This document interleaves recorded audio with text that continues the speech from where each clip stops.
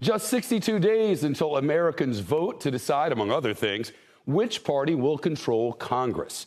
There's a new poll out. It suggests Democrats have some momentum with registered voters.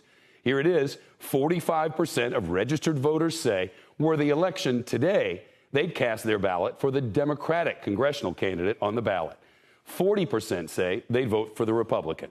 If you narrow that down to people who say they'll definitely vote in the midterms, Democrats lead 48-45 over Republicans. The GOP looking to turn that around this week. Republicans are launching a massive ad buy across 8 states in an attempt to boost key Senate races. They're set to spend 9 figures, so hundreds of millions flooding the airwaves, including those in Georgia, North Carolina, and Ohio. Much of that money set to come from the Senate Leadership Fund. It promotes Republican candidates. A spokesperson for the group said they plan to spend the money defining Democratic candidates around their extreme positions and their enabling of President Biden's agenda. A.B. Stoddard has been, for me, for more than a decade, the perfect person to take us on a deep dive before the midterms. She's associate editor and columnist for Real Clear Politics. She's covered Congress for nearly 3 decades. And A.B. approaches these matters as an analyst, an expert one, and not a partisan with skin in the game. And that's why she's here. Good to see you, my friend. Lots of talk out there about a weakening red wave. Really? Well, Shepard, there's no question that Democrats were going into a wipeout election just months ago. The historical average for the loss of seats for the party in control of the Congress, if they have a president in the White House, is 27. For Clinton, it was 50. For Trump, it was 40. For Obama, it was 60 seats. They were looking at potentially 45 or more seat loss back in the winter and the spring. Everything changed on June 24th when the Supreme Court delivered its decision in the Dobbs case, eliminating Roe versus Wade and putting a fire under independent, some Republican and Democratic voters on the issue of abortion. The other matter is the prominence of former President Trump. Criminal investigations into his activities and revelations from the January 6th committee and the prospect of him launching a 3rd presidential campaign in the weeks to come. That is problematic for Republicans who have some extreme untested candidates not faring well in polling, especially in the Senate. And that same focus on President Trump energizes Democrats and independents. So the polls have turned. It is definitely looking much better. The red wave is subsiding. But this is a black swan election. We do not know what will happen.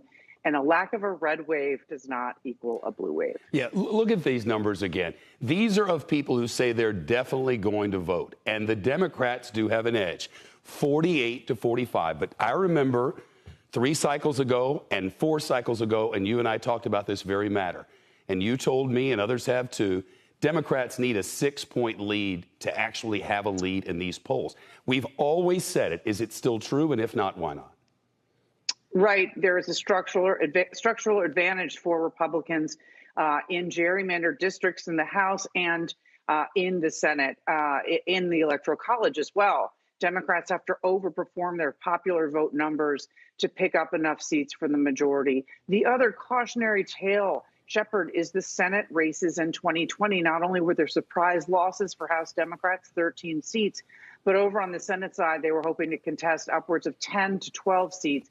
They ended up winning only 2 and losing contests where they outspent Republicans 2-1, 4-1 by landslide defeats. And that's because polling was so off.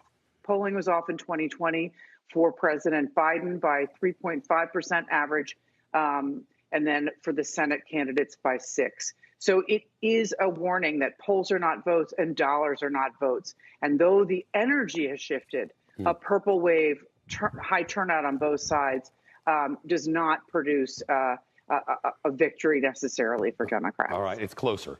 That's what we know from these polls. I want to show you what we just got out of Florida. You've probably seen this from the governor's race. Look at that. Ron DeSantis has but a 3-point lead over Charlie Crist, the Democrat now, currently used to be independent, used to be Republican. Are those numbers real? Do you buy it?